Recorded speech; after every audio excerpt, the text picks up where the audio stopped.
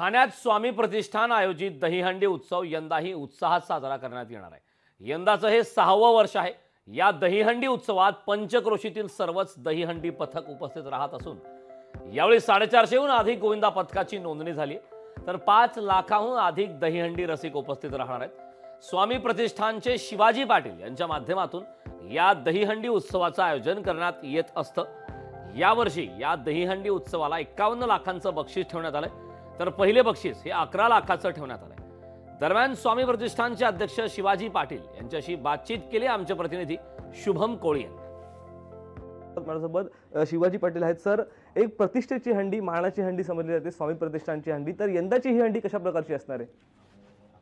हे दरवर्षी वैशिष्ट्य म्हणजे स्पेशलच असते, कारण यावर्षी सुद्धा ही मानाची दहीहंडी म्हणून ठाण्यातली प्रसिद्ध आहे आणि आदरणीय धर्मवीर आनंदीगे साहेबांच्या माध्यमातून ठाण्यामध्ये हा दहीकाला उत्सव मोठ्या जल्लोषात होतो आणि ऐतिहासिक हे शहर आहे, तर आपण त्याची काळजी घेऊन त्याच पारंपरिक पद्धतीने अत्यंत मोठ्या प्रमाणात आपण हे दहीहंडी उत्सव आपण साजरा करतो। 7वं वर्ष आहे आणि आपल्या दहीहंडीचं वैशिष्ट्य म्हणजे राज्याचे मुख्यमंत्रीला दहीहंडीला हजेरी लावणारं ही स्वामी प्रतिष्ठान पहिली दहीहंडी आहे आणि त्यानंतर दरवर्षी मुख्यमंत्री आपल्या दहीहंडीला हजेरी लावतात आणि त्याचबरोबर सगळेच पदाधिकारी, मोठे नेते, मोठे मंत्रीगण, त्याचबरोबर सेलिब्रिटी, फिल्म इंडस्ट्री सेलिब्रिटी, क्रीडा खात्यातले बरेच आमचे स्टार दिग्गज येतात आणि त्या दहीहंडीला उत्सव वाढवण्याचा प्रयत्न करतात। आज या दहीहंडीला कमीत कमी 55 लाखाचं दहीहंडी आपण जाहीर करतोय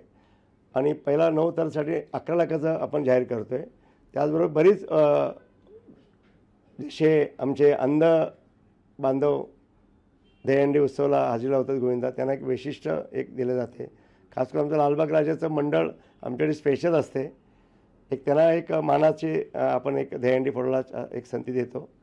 त्याचबरोबर इतर बरेच पारंपरिक पद्धतीने दहीहंडी मंडळ येतात, ज्या ज्या पद्धतीने जशी शक्य असेल आम्ही सर्व त्यांचा उत्साह वाढवण्याचा प्रयत्न करू, आम्ही त्यांचं समाधान आम्ही करायचा प्रयत्न करतो। निश्चित पाहिलं तर स्वामी प्रतिष्ठानची हंडी जी आहे ती संपूर्ण महाराष्ट्रभर जी आहे ती प्रसिद्ध आहे आणि यंदा देखील ही हंडी जी आहे ती मोठ्या उत्साहात ठाणे शहरात जी आहे ती पार पडणार आहेत। अनेक गोविंदा पथकं जी आहेत या हंडीला जे आहे ते थर मानवी मनोरे जे आहेत ते रचणार आहेत।